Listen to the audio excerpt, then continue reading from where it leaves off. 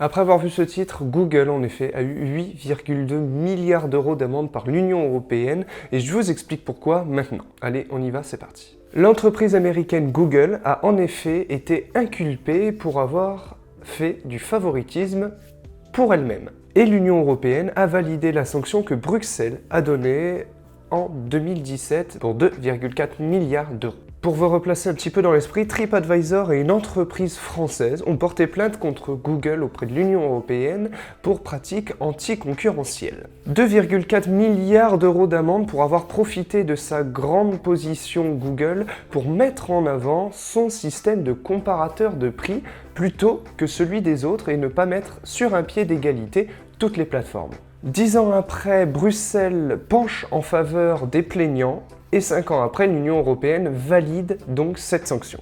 Malgré ça, Google peut encore faire un recours, ce qui va prendre encore plus de temps, auprès de la Cour de justice de l'Union européenne, qui est la plus grande instance juridique de l'Union européenne. Après le verdict de Bruxelles... Bruxelles ou Bruxelles d'ailleurs?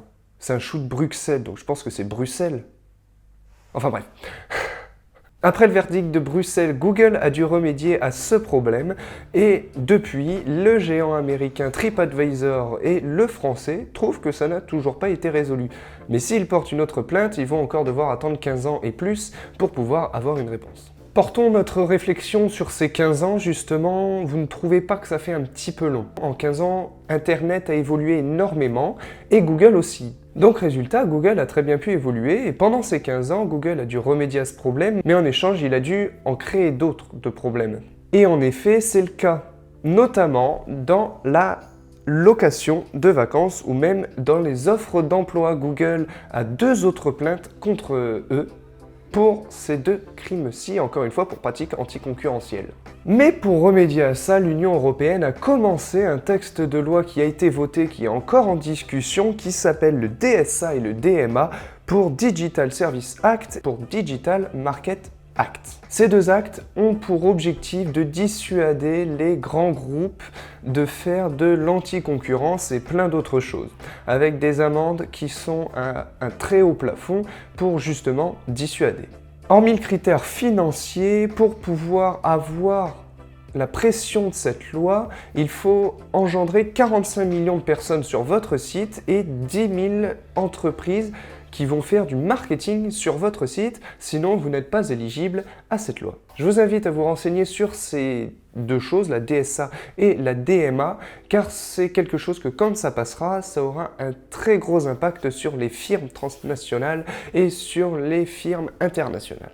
Une petite parenthèse pour vous dire que si mon contenu vous plaît, vous pouvez vous abonner, laisser un like, partager et même venir sur Instagram et Twitter, ça fait toujours plaisir. Et maintenant vous allez me dire que dans le titre, j'ai peut-être abusé sur le prix avec 8,2 milliards d'euros en amende et que pour l'instant je vous ai juste parlé de 2,4 milliards. Alors maintenant, je vais vous parler des 2 autres plaintes qui ont engendré une amende contre Google. En effet, il y a notamment une amende de 4,3 milliards d'euros contre Google qui est accusé d'avoir son système mobile Android qui favoriserait trop son Google et Chrome, son système de recherche. Google ne mettrait pas assez en avant avec Android les autres systèmes tels que Safari, Firefox ou encore Opera. Et encore une amende pour pratique anticoncurrentielle de 1,5 milliard d'euros pour son système de pub. En effet, Google a son propre système de pub où les sociétés peuvent acheter des pubs et ensuite Google les mettra en avant. Et là, encore une fois, c'est une pratique anticoncurrentielle qui a été constatée car Google mettait plus en avant ses propres pubs que celles qui étaient achetées. Et donc en tout, après une addition simple, 8,2 milliards d'euros contre Google juste au niveau de l'Europe, on ne sait pas si les autres continents vont lui donner aussi une amende à Google, mais on estime quand même que l'Amérique ne donnera pas d'amende à Google car ce serait défavoriser son entreprise. Et pas d'inquiétude, car les avocats sont sur le coup, d'ici 10 ans, Google n'aura toujours pas versé 1 centime, on en est quasiment sûr. Mais bon, c'est pas grave, c'est les joies de pouvoir se défendre. En même temps, vous me direz, si on peut pas se défendre, c'est un peu relou, quoi. Mais bon, c'est long.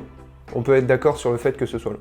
Pour conclure, on peut dire que Google n'est qu'un exemple de ces grandes entreprises qui se servent de leur influence pour pouvoir les mettre eux-mêmes en avance et donc avoir encore plus d'influence. Mais c'est pas nouveau, tout le monde le sait. On sait que bien d'autres entreprises utilisent les mêmes procédés.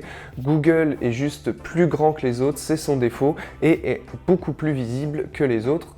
Donc résultat, les amendes tombent plus vite. Sur ce, j'espère que cette vidéo vous aura plu. Je vous dis à bientôt ou pas.